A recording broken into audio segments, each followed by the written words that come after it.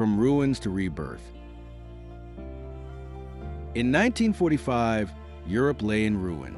Cities were reduced to rubble, nations were fractured, and millions of lives had been lost.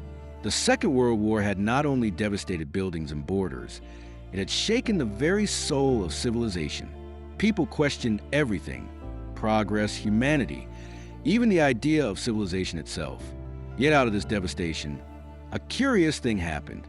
As European society searched for meaning and a path forward, they turned backward, not to the recent past of conflict and nationalism, but to something older, wiser, more enduring: the Renaissance. But how does a cultural movement from the 14th to 17th century shape the reconstruction of a broken continent in the 20th? Today, we journey through time to explore how the Renaissance's ideas, its art, its humanism, and its reverence for knowledge rose once again to guide the soul of Europe after its darkest hour.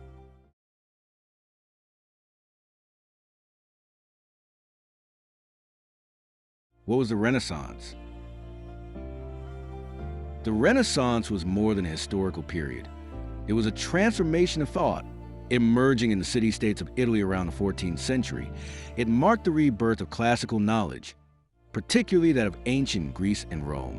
But what made it revolutionary wasn't just a revival of old texts. It was a reimagination of humanity. Renaissance thinkers like Petrarch, Pico della Mirandola, and Erasmus championed humanism, the idea that humans were rational, creative, and morally responsible beings. For the first time in centuries, art began to focus on real human emotions, individuality, and nature. Architecture emphasized symmetry, beauty, and civic purpose. Science reawakened through minds like Galileo and Copernicus, who dared to look beyond scripture and into the stars. In essence, the Renaissance told people, you are not helpless. You can understand the world. You can shape it. These values, dignity, curiosity, rationality, would lie dormant for centuries, but not forgotten.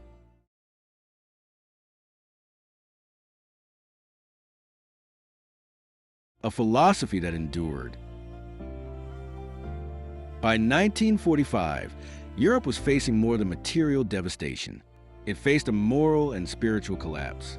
How had the continent of Beethoven, Shakespeare, and Newton allowed the Holocaust? How had philosophy become twisted into fascism? Was progress just a myth?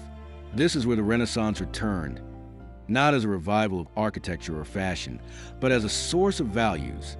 The post-war generation, particularly intellectuals and political leaders, understood that rebuilding Europe meant more than reconstructing bridges and buildings. It meant rebuilding its soul. And the Renaissance offered something the broken continent needed desperately: a vision of the human being as capable of goodness, creativity, and cooperation.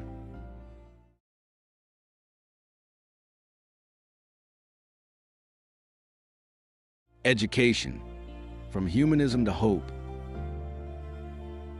One of the clearest ways the Renaissance influenced post-war Europe was through humanism.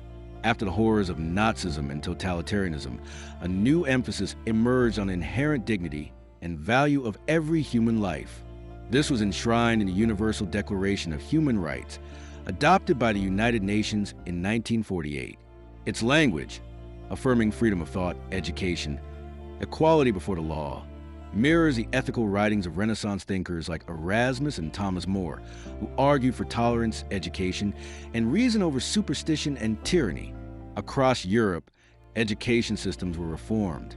Classical learning, philosophy, and ethics were reintroduced, not just to create good workers, but responsible citizens. Schools began to emphasize history, literature, and civics, echoing the Renaissance ideal of the well-rounded individual. The Renaissance had always believed in the power of knowledge to uplift. In post-war Europe, this belief became policy.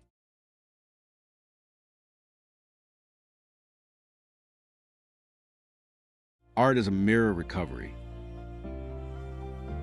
While bombs destroyed cathedrals and palaces, the spirit of Renaissance art survived and returned as a healer.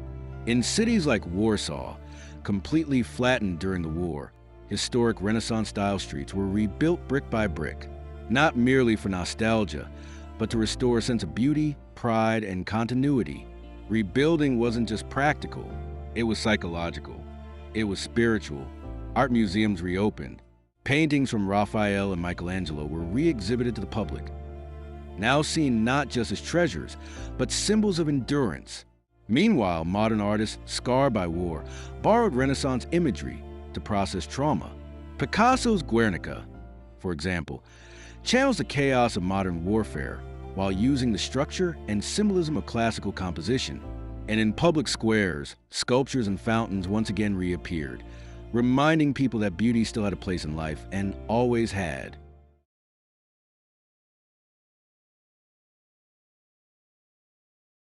Politics and the idea of the citizen. Science, once weaponized during the war, now became a tool for peace. Inspired by the Renaissance thinkers who blended observation with wonder, post-war Europe turned to scientific cooperation as a way forward. Institutions like CERN in Switzerland embodied this vision. Physicists from across national borders worked side by side, not to build bombs, but to explore the universe. And then came a grander dream, the European Union, born from the ashes of 2 world wars. Its early architects, like Jean Monnet and Robert Schuman, believed in an idea deeply rooted in the Renaissance: civic humanism, the notion that communities, even nations, could collaborate toward the common good. It was no coincidence that many of these leaders were classically educated, steeped in the same text that once inspired Machiavelli and Cicero. The dream of a united Europe was not new, but now it found moral grounding in the Renaissance's deepest ideal, that rational, diverse human beings could live together in peace.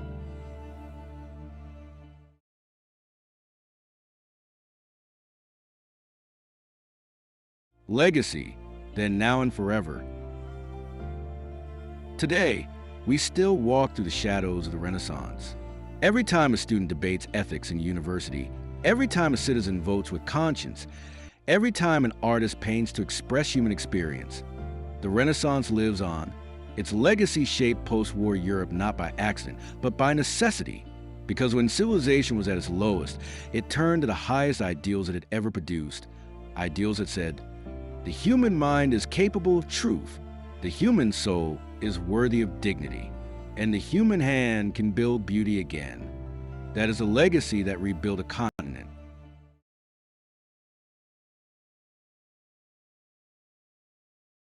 Renaissance Reframed. And so, we arrive not at the end, but at a turning point. Because the Renaissance was never just a chapter in a history book. It was a whisper through the ages, a reminder that beauty can rise from rubble, that reason can emerge from ruin, and that even in our darkest hours, the light of human potential still burns bright. Today, as we face our own uncertain world, the past offers more than memory. It offers a map. If this story awakens something in you, a question, a spark, a sense of connection across centuries, then don't let it fade. Subscribe. Join us for more journeys that defy time, challenge perspective, and reframe the legacy we inherit. This is more than history. This is Renaissance Reframed.